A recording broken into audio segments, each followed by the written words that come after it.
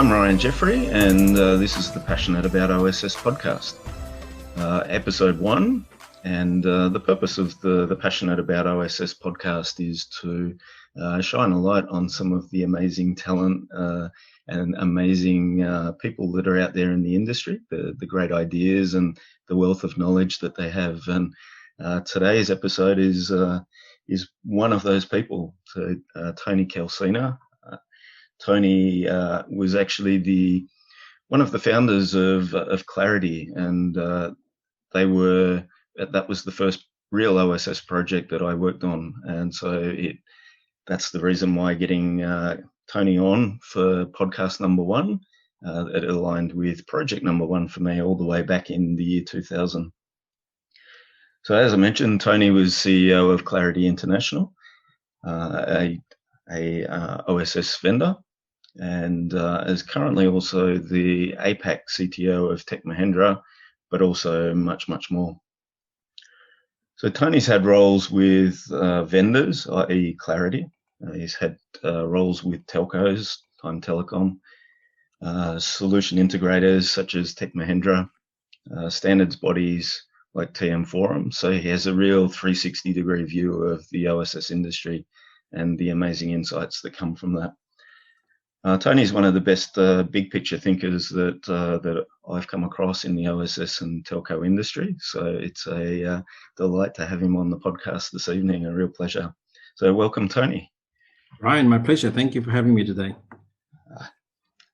So, Tony, where did you get your start in the OSS industry? I'm aware of your work at Telstra OTC and Time Telecom, but I'm sure there's more, and maybe the history goes back even further than those days.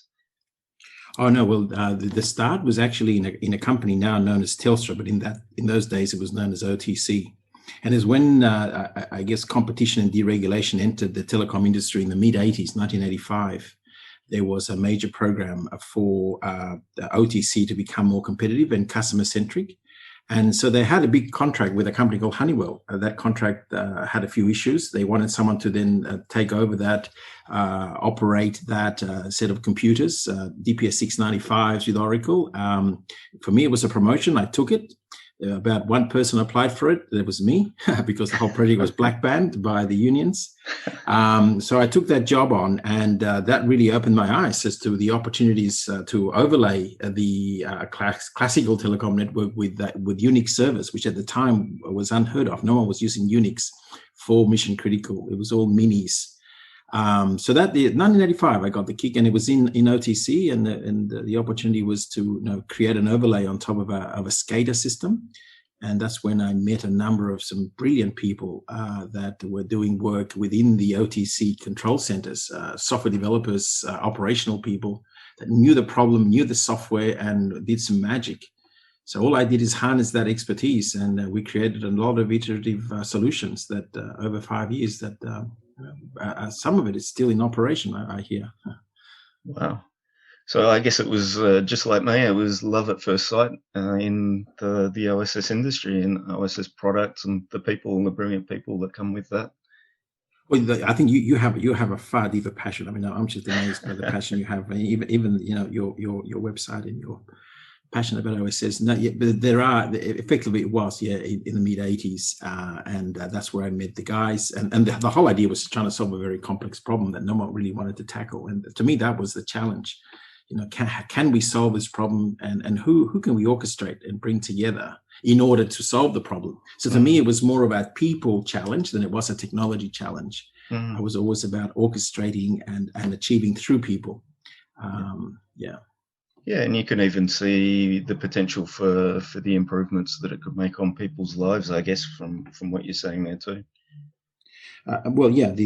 Initially it was a network management system, but it became clear as time went on that you can reach from the network through the service through to the customer in a seamless manner, and the ability to deliver what the customer wanted when they wanted it was really the main holy grail of our industry, as you know, has been for many years.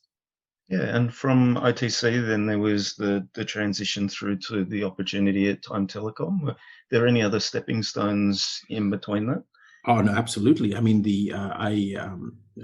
my very first view into entrepreneurial spirit was a few years later in 1988 when I was at MIT with the International Space University, and I saw a bunch of guys who were driving to create innovative capabilities. There, a gentleman by the name of Peter Diamante, who was the guy that did the X Prize and all that.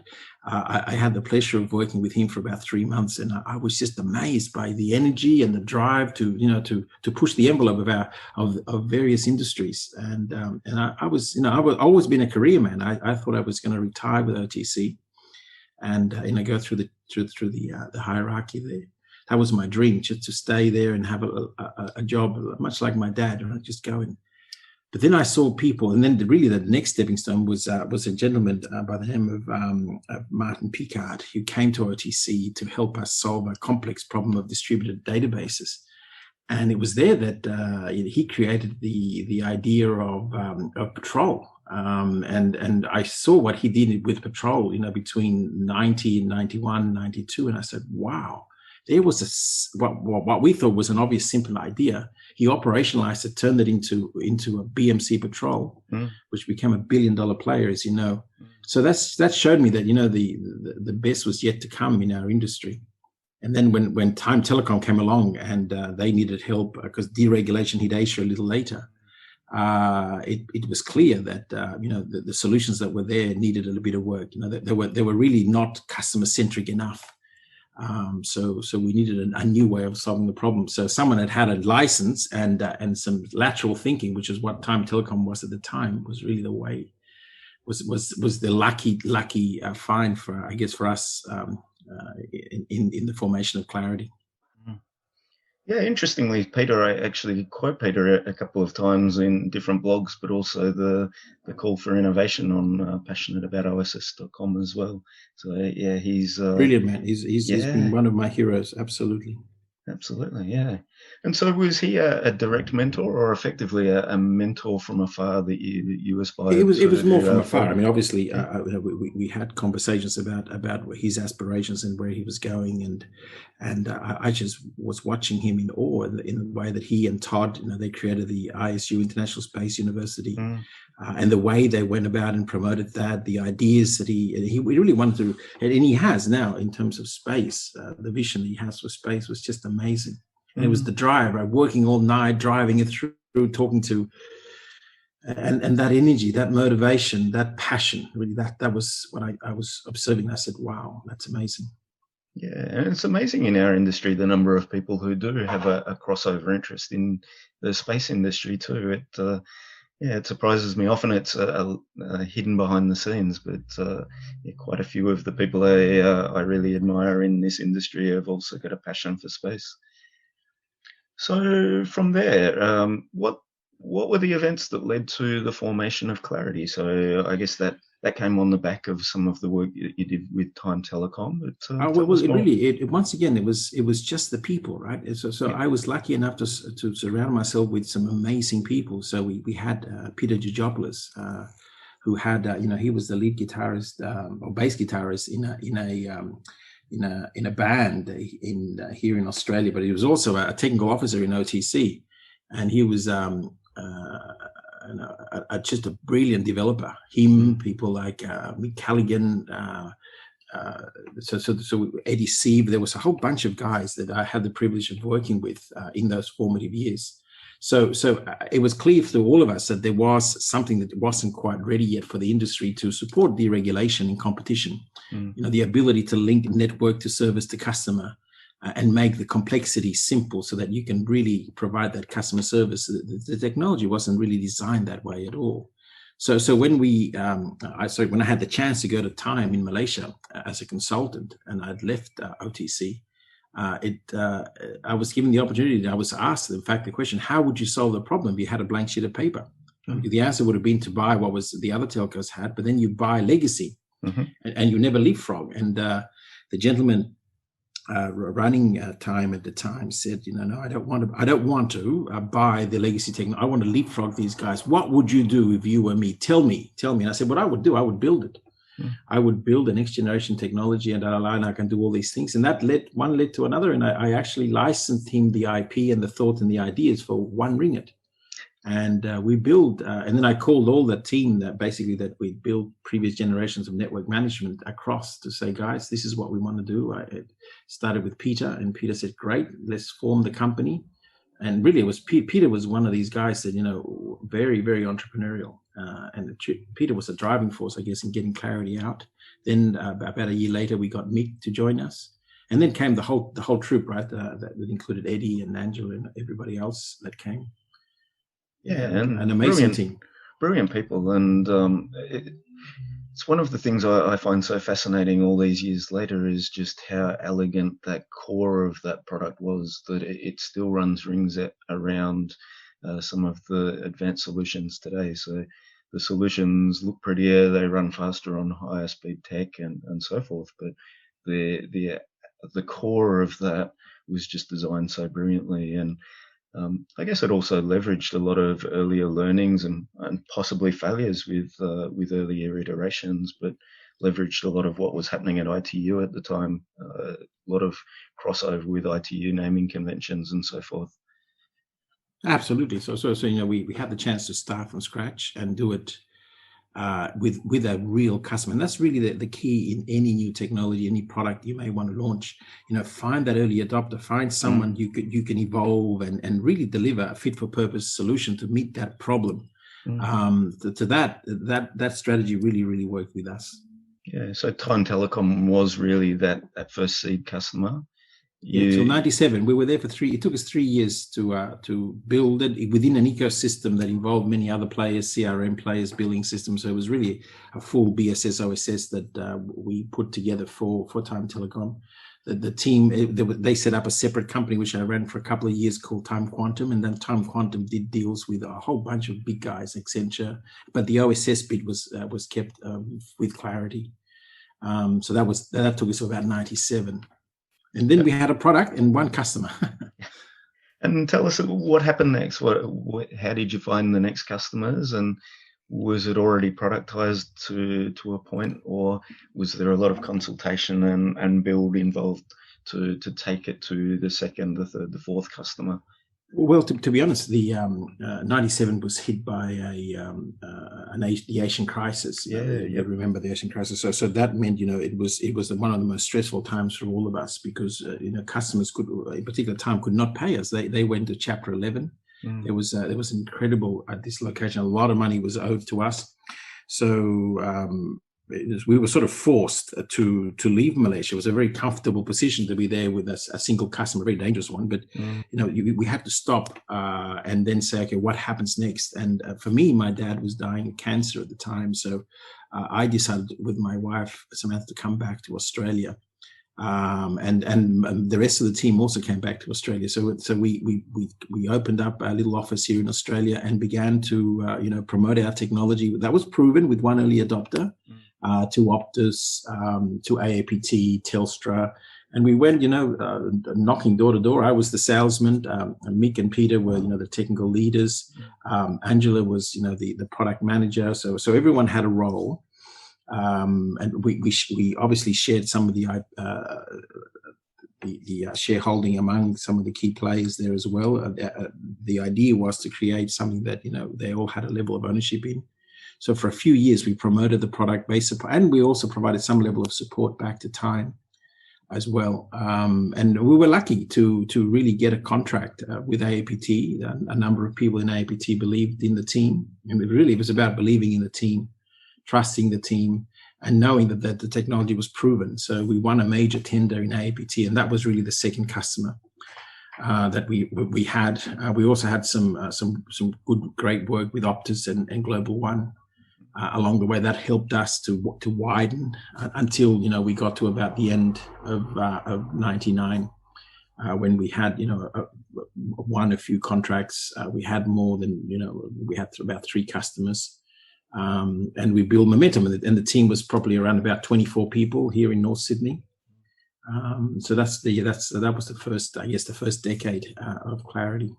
Yeah, and ideal having customers like Optus and AAPT in your backyard for an industry where it tends to be a bit global, and you have to take your implementation team all around the world for each new project.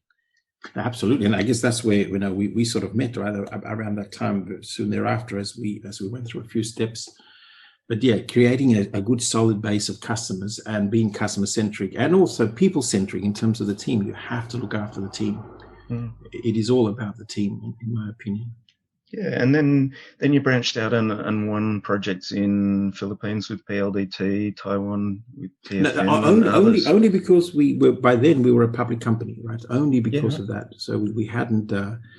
We didn't begin the trigger of winning the big guys until we became public, because that, first you have the early adopters, the people that know and trust you, and then you need to look different, because people won't bet the farm with a small company at that point. You needed to be a bigger company. You needed to be public. You needed to be successful. So that became, I guess, the trigger for the next phase of customers from about 2000 onwards. Yeah, so the IPO was the year 2000, was it? Correct. Yeah, that was. And what sort of feelings did that evoke? Had you been through an IPO before, and who kind of helped you through that? No, we had some great mentors, that guided us through that, and some early investors. Obviously, once we had some customers, we were able to get some mentors. In fact, the very first supporter and mentor was a gentleman by the name of Ronnie Attar, whom we met in one of these Harvard School alumni gatherings. I was the spouse, with my wife being the main. And in there, I met him, and he said, "Wow, tell me more." And one thing led to another, and he brought in an investor, a major investor, Theo Baker from Powerland. Who in the process injected funds that allowed us to go public in 2000. Wow. Yeah. So, and then from the IPO, what sort of maximum size did you get up to, either in terms of employees, market cap, whatever type metrics that you'd like to share to give the audience a feel for just how impressive Clarity was? Well, I think we were quite lucky, because this was during the boom times, the dot-com boom times. We were more of a brick and mortar company in comparison to the dot-com guys. But when we floated the company in 2000, we were one of the top 10 floats of the year, and our share price went up by about 5-6 times, and it was amazing to watch. But we were all very young and naive, and really didn't understand it. We didn't understand the essence of finance and the things that are required to make a successful company. So it was very, very important for us to bring expertise to help us scale, and that's another major lesson, I guess, that we've learned along the way, is that you've got to know your limitations, and if you want to continue to grow, you have to bring in new people, and then continue to leverage your existing people with the new people. And that really is very, very hard. I imagine your role changed through that growth period, as well as, I guess, in the early days, you probably wear multiple hats, and then as you grow and bring more people in, you get to delegate some of those. But how would you say that your role changed during the period from IPO, or even from the original startup through to I guess when Clarity was at its peak? Well, for the first 10 years, I was its CEO, but we weren't that tied up on labels. It was basically three guys who were partners, and every decision had to be agreed by all three. So for the first 10 years, I was the CEO, and I had a certain role. My role was to make sure that we sold the technology, and it actually was fit for purpose to what the industry required. Peter and Mick were the technologists who made work and then orchestrated the team to get things done.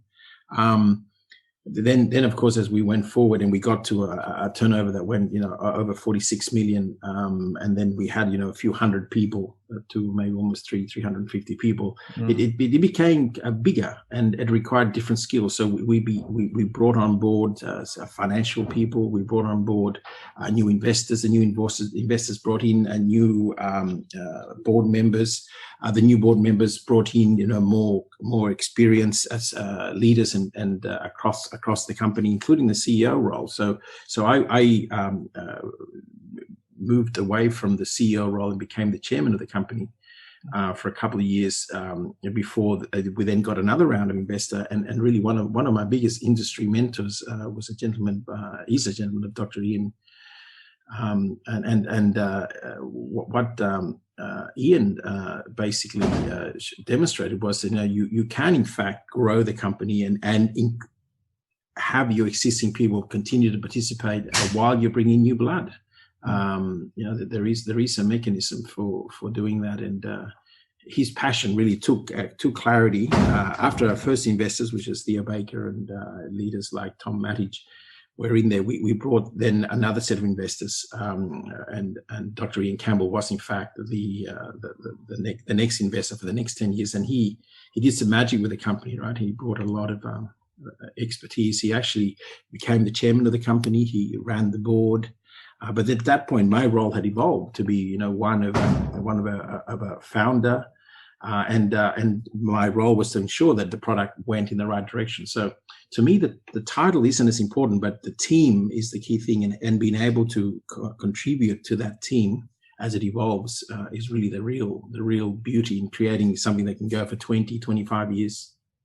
Yeah, absolutely. So, I guess you took over the chief evangelist and helping to steer the company. And one of the things I'm always intrigued about with OSS companies is how to find that balance between having a roadmap and being driven by some of the really big and important customers. So how did you find trying to find that balance, or was that more left with the likes of the Peters and Mix? No, I think it's very, very important that you do have a vision about what you want your solution to do in the industry. Yeah. So we had a vision for clarity. Our vision was to make the operational management of complex infrastructure simple, and we wanted, and that evolved into being able to automate infrastructure, whether it be power networks or telecom networks, or whether it be the complex infrastructure in the home or that of the enterprise. So we always had that same vision that we started with, and everything we did in the product, everything we tried to evolve was all about trying to get something that allowed that vision to be deployed. As a team, we understood the beauty of a unified system that modeled the complexity, that understood the behavior of the complexity, the topology of that complexity, and then mapped that to the requirements of the people who use that complexity. So we tried to keep true to what we were trying to build, and the role we had was to convince the customer this is really what would help them get more revenue, what would help them to be more effective and cheaper to run. Mm-hmm. It has to be less about saying, look, what do you want me to build? To I believe the industry at this point needs this. Let me explain why we think this is what's required. Because what we found, the tenders that were out there were not for unified OSS systems. The tenders were for best of breed. Yes. So it was very hard to convince someone that you can do the same with a team of with a few hundred, with what effectively was 17 other companies would need to put together. And that came in with Reliance when we won the Reliance project. We had to explain this to Mukesh Ambani, another brilliant influencer in my life. And he saw it, and he said, this is exactly what he did in the petrochemical industry. It was the ERP of petrochemical. He says OSS is the ERP of operational management for telcos. Yeah, yep. So that's how, we got those sponsors. You have to have that conversation about where the industry is heading. You have to drive that vision. Yeah, and I believe that was a key part of winning PT Telcom in those early days as well, that two men and a laptop could come in and demonstrate incredibly powerful use cases, and then some of the other, shortlisted vendors came in with 10 servers and a team of 50 and still weren't able to produce the number of use cases that the Clarity team could at that point. And I guess also the fact that whilst I call Clarity an OSS, really it covered so much of the BSS space as well, with the service order management and so many other aspects. Absolutely, and of course, then we had, as we grew, we had new blood, new people, new dreams. You joined us, with the work that we did in Taiwan and many other places. So as we brought new blood and new people, it sort of reinforced the what we were building, how we were deploying it, and how we were supporting it as an ongoing concern. And we got better and better. And then, of course, Agile came in, and we're developing in a far more streamlined manner.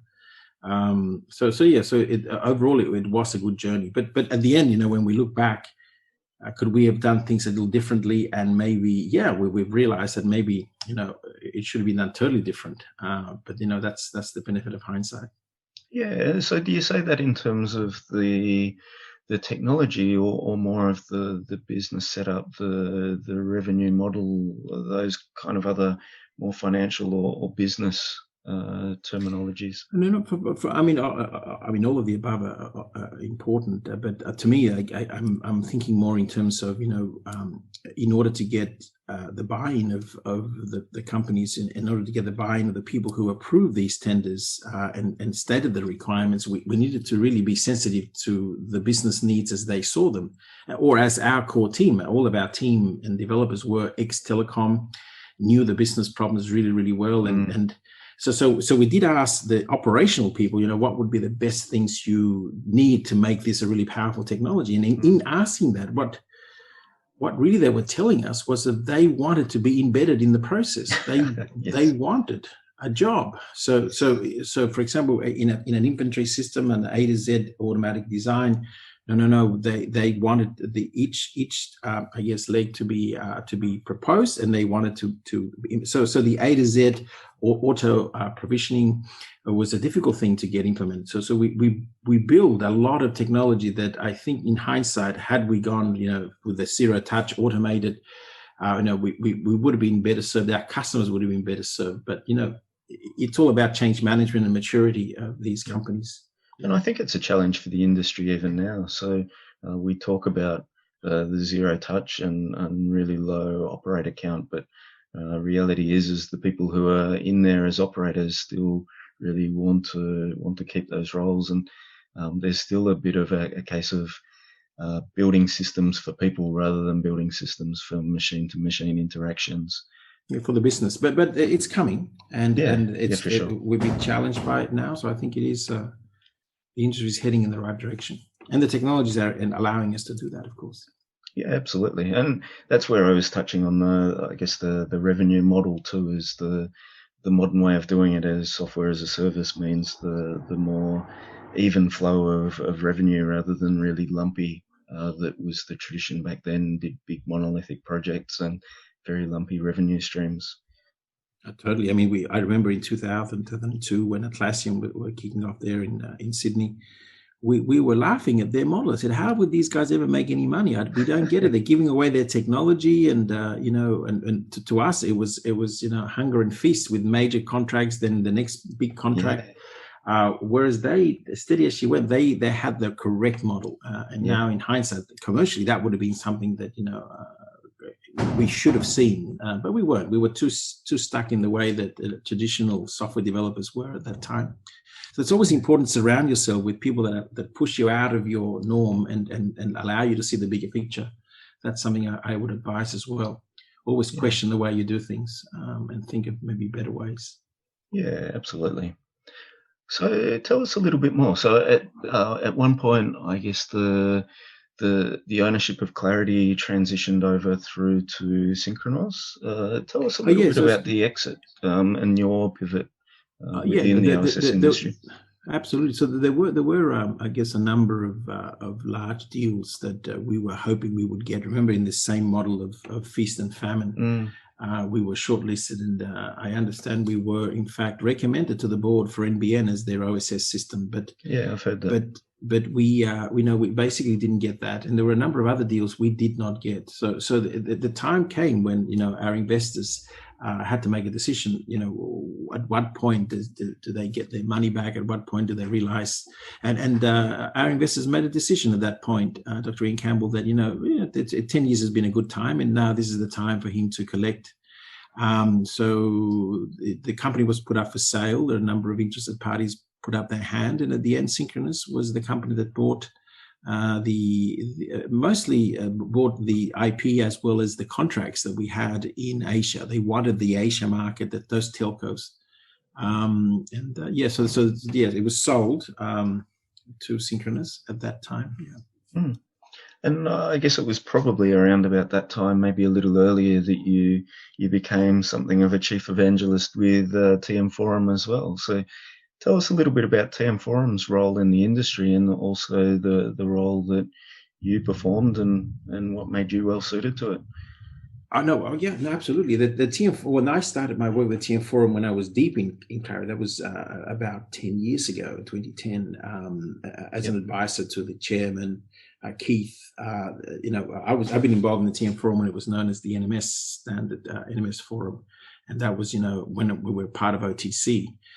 In those days there was AT&T, BT, Telstra, KDD, and there was the need to create a standard network management system for all of these telcos. So I've known Keith from way back, and so Keith approached me and said, "Look, I can see you're doing some good work there with Clarity. I really want to make sure that we create an industry for the telcos, for the vendors in the industry. So can you advise me on the sorts of things that?" And so he reached out to a number of advisors and I was one of them. Our job was to just provide feedback on the sorts of things we thought a standard body should do to create the good of the industry. And so I've been doing that role now since 2010. So it's almost 10 years. And the group of advisors now are known as ambassadors. And the reason why I guess it sort of resonated with people like me was because we were out there talking to customers. I used to spend 3 to 4 weeks a month overseas visiting, all sorts of places, all sorts of telcos in Africa, Middle East, Europe, US, Latin America. So that meant that I was in front of the customers. So, I took off my Clarity hat and said, okay, now let's talk about how do we work together as an industry to get the common good. So it was once again an evangelist role. Yeah, and maybe for people who aren't familiar with TM Forum, perhaps tell a little bit about what they do and some of their key assets and outcomes that they look for. Absolutely. The TM Forum, has almost 900 members, and it is an industry body, non-profit, that tries to understand the business problems of its customers so that it can create reusable architectures, reusable solutions. And it's in terms of a team, it's a little over 100 people. But what they do is they orchestrate and organize the industry to solve problems that are common to the industry. So whether that be, open APIs or the way in which you may want to model a network, or what would be standard business processes. So it tries to define the challenges of every member and say, okay, what are the common things we can collaborate on and create approaches that at least the vendors can be compliant to, so that it reduces the cost to all the whole industry. So it is a very hands-on, commercially focused team, which has led to, I believe, major savings to the industry over the years. And all vendors that want to contribute to tenders have to comply to the API standards, open API, the open digital architecture. There are, and it's also very practical, to the sense that now we're talking about a marketplace of reusable technology that would be hosted by the TM Forum. So I love it. I mean, that we have shows, we have conferences. There are, every day 3 or 4 meetings that you can join. If you're down under, unfortunately, they're like very early. 2 and 3 in the morning. Yeah, I've been on some of those over the last year or so. No, it's an absolutely wonderful team, and I think I encourage anyone to join. Yeah, absolutely, whether you're a vendor or whether you are just an individual, a professional. There's a whole bunch of accreditation and training that you can get, or if you're a vendor, it's a great way to collaborate. Yeah, and even just defining the boundaries. So earlier on, you talked about best of breed, and in the early days, I guess there was almost a wild west of functionality. You put whatever you wanted into your monolithic OSS, but now it's become a lot more. The modules are more clearly defined by TM Forum's TAM, the framework standard is more of a common data model and those kind of things, which makes it more interchangeable, and best of breed becomes easier to do. And then now onto Open API and the ODA standards as well, looking to reduce the integration tax. So even just as a consultant like myself, I find the TAM a fantastic map for showing the functionality of applications and just how they relate to each other, but also it's less of a Wild West and a lot more modular based on the fantastic work that TM Forum has done. Absolutely, and the one thing about TM Forum, it shadows the IT industry as a whole. So now we are talking about microservices, reusable architectures, creating a marketplace of reusable components, open source. I mean, it's really pushed the envelope of our industry, but at the same time, it has absolutely shadowed the IT developments, which are cross industry. Yeah, it's leveraging them and putting them into our standards. And I guess that partly comes from the fact that the subscribers also create the content. So you have, like you said, 900 members, and participants from those 900 members have a really wide array of knowledge about IT and telco and open source and all those other things. And they bring in some of the best of the best from other worlds as well. But don't forget the core orchestrators, the people who are at the center of this, like, for example, George Glass, the CTO. The core team, in fact, are the secret source in my view, of the team from David Milham. I mean, there's some of these guys who've been in the industry for so long. They drive, lead, and orchestrate each of these sub teams and pull it all together into one harmonious deliverable. So no, there's over 100 odd people in there, and they're doing a magical role.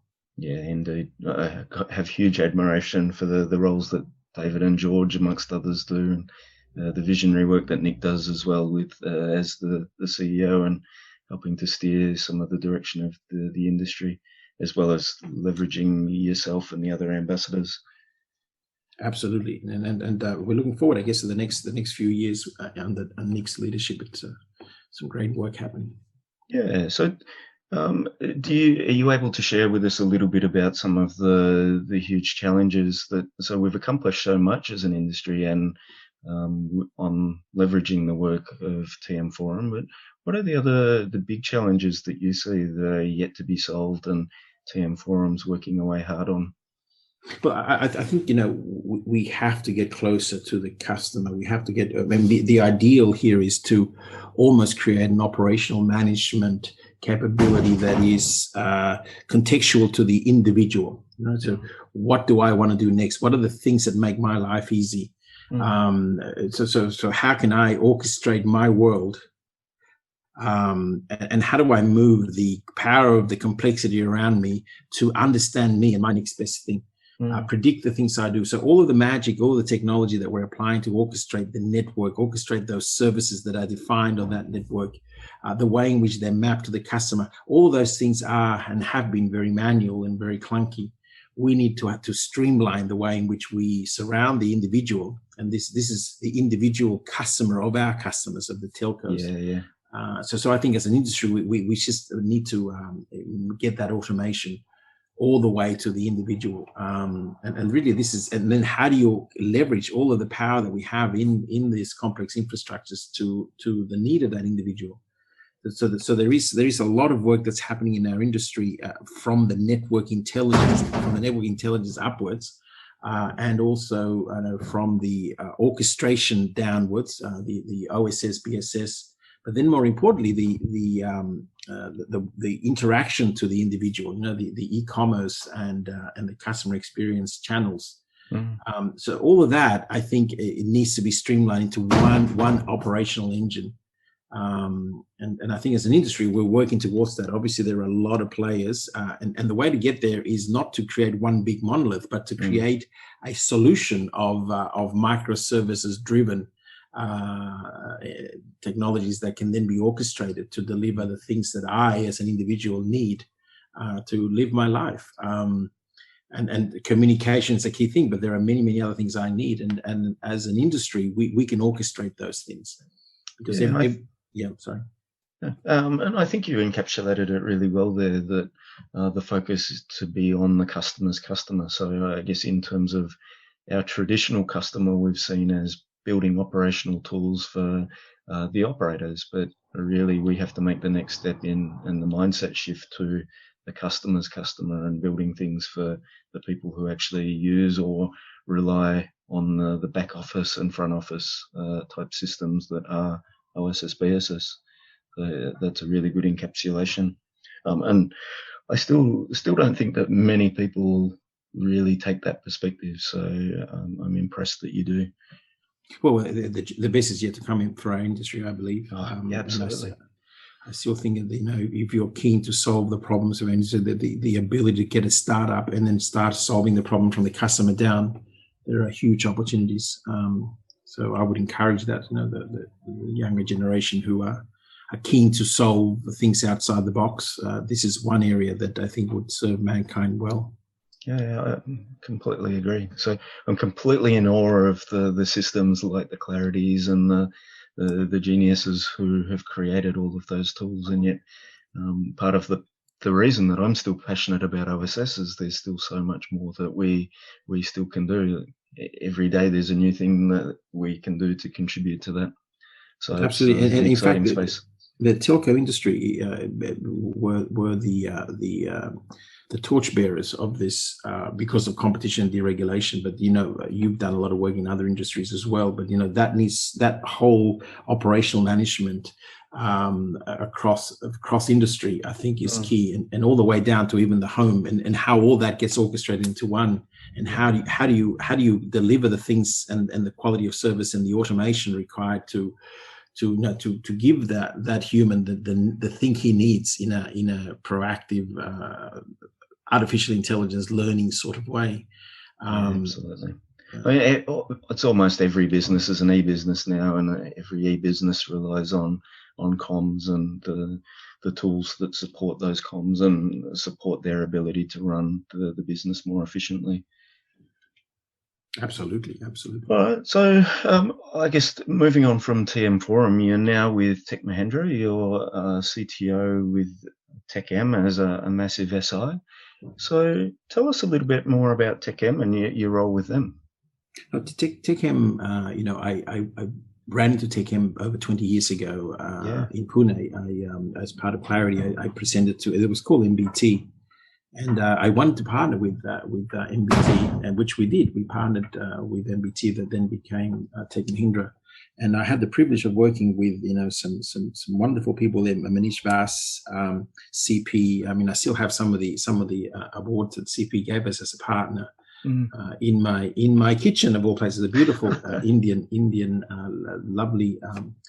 So I've actually had the pleasure of working with Tech Mahindra, one of our prime partners, for almost over 20 years. Yeah, so when we sold Clarity, I continued working with another great company called Imagine. I was working with them for over 10 years as part of their board and advisory. And we actually sold Imagine to Conviva, which is a subsidiary of Tech Mahindra.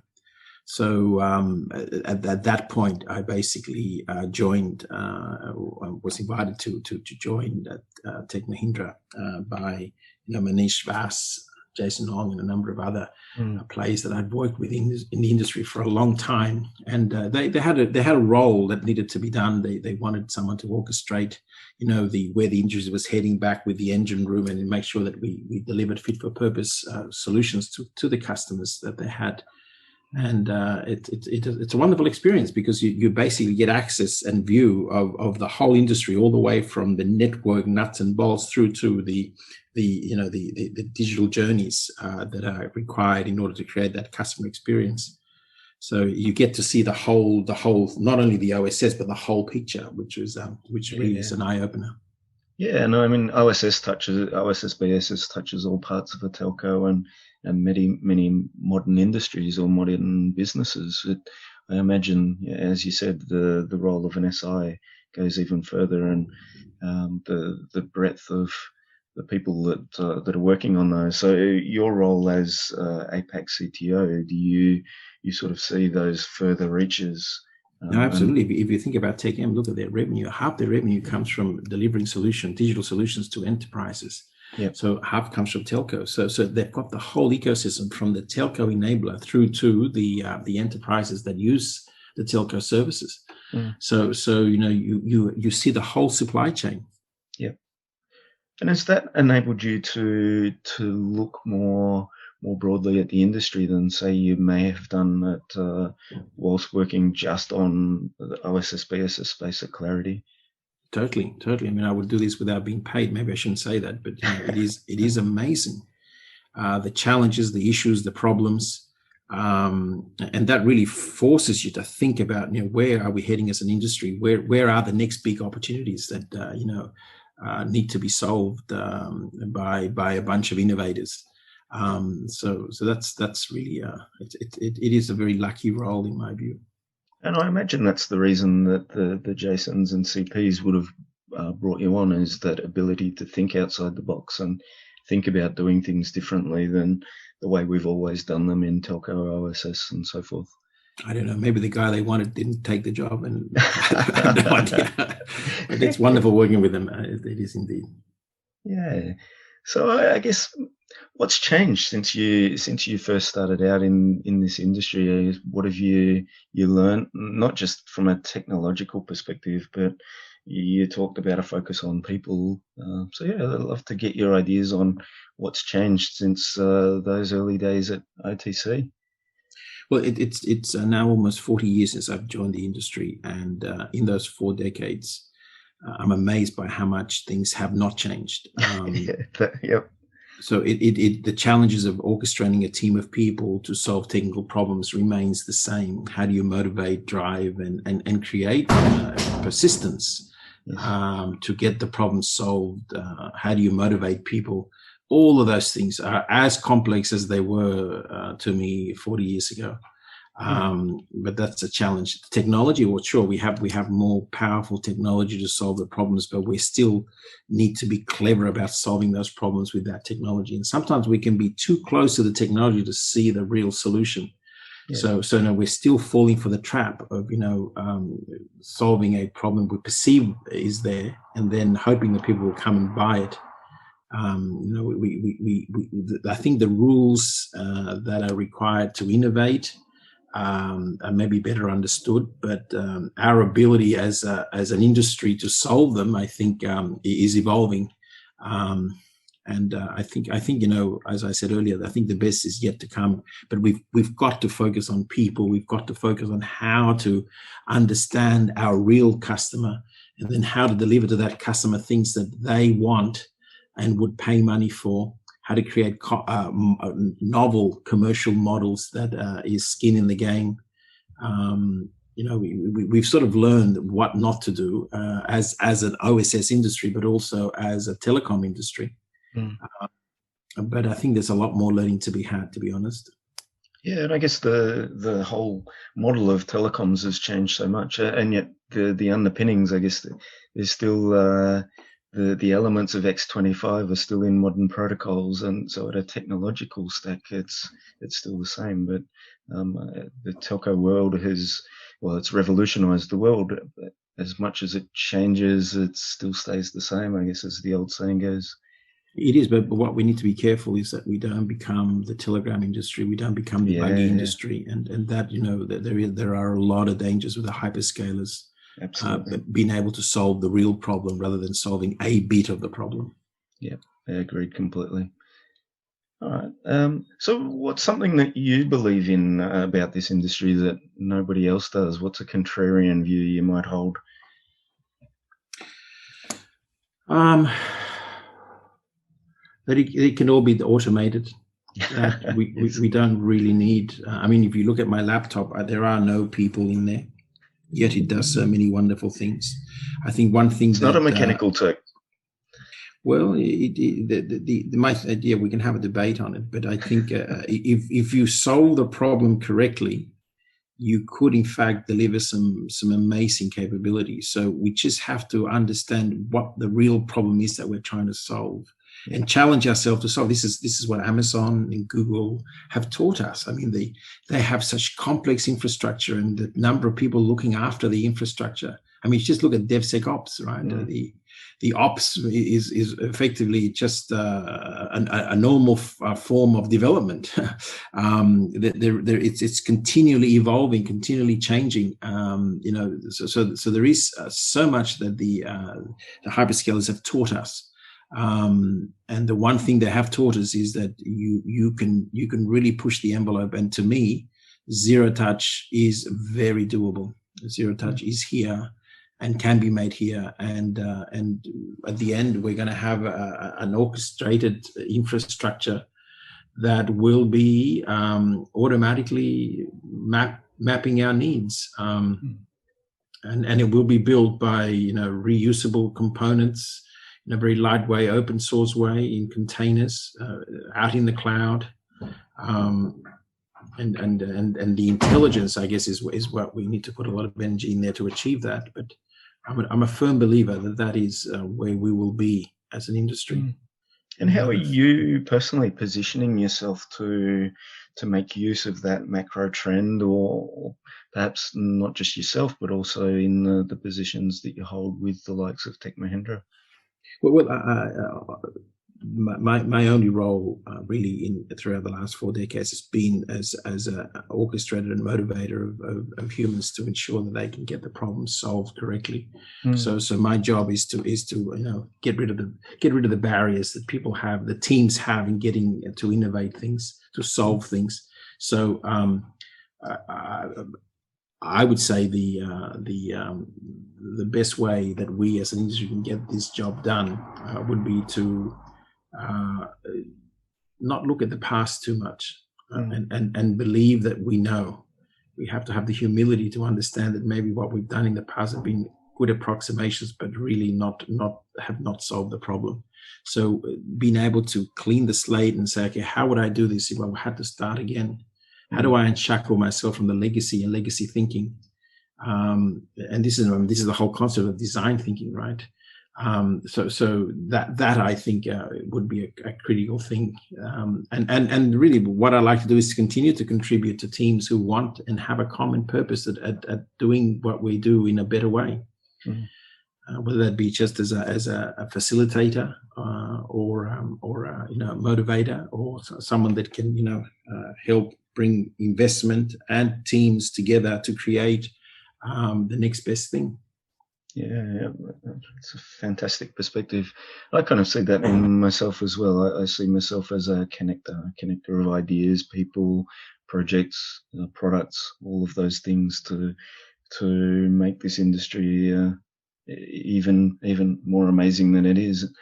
And you talk a lot about people, and you've worked alongside a lot of amazingly impressive people. So are there any common traits that you see amongst them that you believe others should aspire to, or some hints to other listeners perhaps of how to become the best they can in this industry? Right. Yes, that's a very good question. Very good question. I mean, by the way, I'm just amazed by the energy you have. I don't know how you find the time to do all the things you do, but I'm very impressed by that.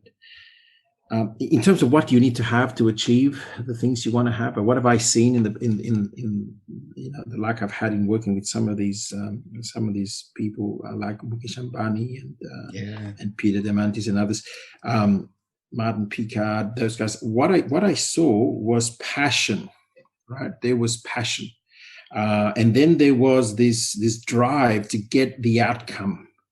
So there was focus, drive, and passion. And the one thing I never heard these guys do is talk about why not. Talk about the bad things. They almost have a way of turning down the volume of all the things that are dragging the outcome. So they don't focus on things that are wrong. They focus on things that are right, and they make the wrong right. And they do that through passion and drive. And that's a common capability that I have seen in all of these achievers. They have this drive to get things done. They have this energy. They wake up early in the morning and they bring things together. That's I think what I have noticed as a common trait. And they've obviously inspired you along the way. Do you think it's something that they set out to do, is to inspire the people that they bring along with them, and therefore the leadership traits that they potentially have? Or is it just more of a innate, they have their own personal passion and others tend to have just followed in their slipstream with the energy that they bring? They direct the passion to the team. That's what I've seen, right? So they basically give confidence to a team of people to get things done. Mm. And they motivate them when the team feels that it's not possible. Mm. So that is something. So being able to drive and motivate with that passion is really what sets them apart. And then that really is leadership. Yeah, as you say, it is that leadership skill. Too often I see a lot of very, very good people who, when things don't work out, they sit in the corner and feel sorry for themselves. I never see that with these other gentlemen or ladies. They have this sense of achievement, and it doesn't matter. I pick myself up and I'll just try again tomorrow morning. Indeed. So in the roles that you've had, they've been very broad-ranging, and the telco and OSS industry in itself is really broad-ranging. The technologies, the processes, everything's proliferating so quickly. How do you stay abreast of it? Where do you go to find your knowledge and find out the things that you don't know that pop up in conversations that happen every day? You jump into the deep end of the pool. You constantly jump in. You don't be afraid to enter a room that is trying to solve a problem you've never heard of before. Yeah. Because it really, the thing you have as an individual is your ability to learn and solve complex problems. That's all you learned at university. How to learn and how to solve complex problems. So constantly challenge yourself with the things you don't know. And in the process of trying to solve that problem with things you don't know, you have to research, you have to read, you have to understand, you have to talk to other experts and ask silly questions. Don't be afraid to show your ignorance. But in that way you learn, and that way you basically become abreast of the issues. But you've got to be a good listener, and you've got to be a good reader. Yeah, and I think you touched on it earlier on too, just the humility that this industry has an amazing way of making you feel humble, the amazing people that you work alongside and just are astounded by their level of knowledge, but also just knowing that even the best of the best don't know everything there is to know. It's such a wide open area of interest that we've got. I remember the guys in OTC when they were describing PDH technology, and their ability to discover to the nth degree was just breathtaking. And then, of course, that was superseded by SDH. And then they overcame that and became, ITU experts and went out there and I just watched them, and they were memorized and get on the whiteboard and you say, well, how did they get there? How did they get there? And they got there by working hard and jumping into the deep end of the pool and saying, okay, well, I've got to swim now. Don't be afraid of things you don't know. Yeah. So we're getting close to the end here, I guess. So any other pearls of wisdom that you'd like to share with any of the listeners out there, Tony? Well, I have no pearls of wisdom. All I've got is scars and earned through the school of hard knocks. So if you want to know. maybe describe some of those. It's a really good point. I haven't really talked about the challenges or ordeals that along the way, but perhaps you'd like to enlighten us, because it's one of the things that I guess, again, it's a humility about the industry. We've all failed in many ways along the way. No, I mean, if I had to look at the things that, I know are important, I've learned are important in defining the success of tomorrow, it's people, it's the culture of the people, it's influencing that culture to ensure that the people work as a team. And how you as a leader can create an ecosystem where you can achieve some wonderful things by breaking down these typical barriers that occur in humans. So how do I create a great team to achieve great things? How do I create that culture? That's very, very, very important. That's the most important thing in my mind. And then, of course, the ability to not get stuck with legacy and thinking that, you've solved the problem and I'm going to milk this now for the next 10 years. You've got to constantly reinvent yourself and constantly apply new ways of solving the problem, and even looking at the way in which you could solve that problem. Apply design thinking. What does the customer really want? Am I really solving the right problem? And constantly learn new ways of motivating that team and analyzing the issues that you're trying to solve, and be guided by the early adopters. Be guided by the early adopters of your technology, and don't build it without having an early adopter next to you, because you can lose a lot of money. And then the whole issue of money, managing cash flow, making sure your balance sheet is clean, and ensuring cash flows and money is well managed. Don't buy the big, nice, comfortable carpet, and big offices. Focus on real things that need to be invested in. The other things will look after themselves once you've got your commercial model right. So these are some of the three things that come to mind that I learned through the School of Hard Knocks, and I've got a lot of scars to show for it. Don't we all? It's an amazing industry for slapping us on the back of the head. So, Tony, where can people find you if they've been inspired by what they've heard today? LinkedIn. LinkedIn is the best. If you just send me a little message on LinkedIn, happy to discuss anything you may want to discuss about anything in our industry. You never know. The next opportunity could be a LinkedIn message away. Indeed. All right. So, anything else that I've missed along the way that I should have asked you? No. I think I just want to say, Ryan, that I've had the pleasure of knowing you now for almost the last 20 years, and it's been a true pleasure to work with you and to see you bring us together as an industry. And you wrote a book on OSS that became the book I found nearly I travel all around the world, and there was your book. Your book was out there. People held it as a reference. So you did very well, sir. Very well. Very impressed. Most humbled. Thank you very much, Tony. So thank you very much for being a guest and sharing all those amazing insights with the audience, and thank you also to the audience for listening in. So I'd like to close off and look forward to sharing the next episode with you within the next week or so.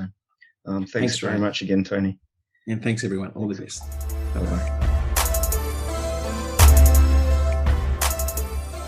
Thanks for listening to the Passionate About OSS podcast. You can find more episodes, more than 2,500 blogs, and our contact details over at passionateaboutoss.com.